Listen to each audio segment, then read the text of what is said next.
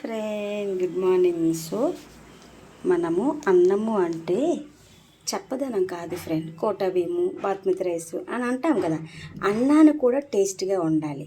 So అందుకని అన్నాన్ని కూడా మన పిల్లలకి టేస్ట్గా పెడితేనే పరిపూర్ణ తల్లి మాట.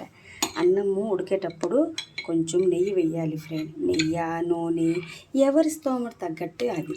ఎందుకంటే అన్నము పొడి పొడిగా పులిహోర లెక్క వస్తుంది అన్నమాట. ఎందుకంటే ఇందులో పెసరపప్పు కొంచెం వేస్తాను, కందిపప్పు కొంచెం వేస్తాను, శనగపప్పు కొంచెం వేస్తాను. కానీ నేను ఆల్రెడీ చాలా బలంగా ఉన్నాను కదా ఫ్రెండ్, అది హెవీ ఫ్యాట్ కదా. అందుకని ఇంట్లో నేను బాబాయ్ కదా ఉన్నాం. సో అవన్నీ వేస్తే మళ్ళీ లావ్ అయిపోతావు, అమ్మో నా బుగ్గలు నా స్టమక్ అందుకని ఇవి వేయట్లేదు.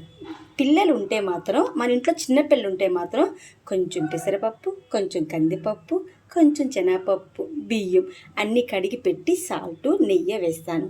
ఇలాగ పిల్లలకి పెట్టాలి. దీంతో పాటు ఒక ఆమ్లెట్, ఒక పన్నీర్ కర్రీ పెడితే ఎట్లా ఉంటుంది, రజనీ లెక్క ఉంటుంది అన్నమాట. సో అయిపోయింది చూసారా. రెస్టారెంట్ మన దగ్గర ఎందుకు పంచేదంటే, ఎందుకంటే అమ్మ చేతి బువ్వ ఎప్పుడు మంచిదే కదా ఫ్రెండ్, ఎంతో టేస్ట్ ఉంటుంది అన్నమాట. సో ఈ కర్రీ మధ్యాహ్నం, రేపు నైట్ చపాతీ చేద్దాం. చపాతీ పన్నీర్ కర్రీ అంటే నాకు చాలా ఇష్టం అబ్బా. సో దించేద్దాం, అయిపోయింది, ఫినిష్ చేసేద్దాం. కుక్కర్ మూత పెట్టేసిన తర్వాత ఎమ్మడి కొంచెం ఆకలి వేసింది, ఒక బనానా తిందాం ఫ్రెండ్. చాలా టైం అయిపోయింది. నిన్న మధ్యాహ్నం భోంచేసా, నైట్ తినలేదు, మార్నింగ్ తినలేదు. సో ఇప్పుడు తినకపోతే ఇంకా నీరసం వస్తుంది, అది ఓవర్ డైట్ అయిపోతుంది.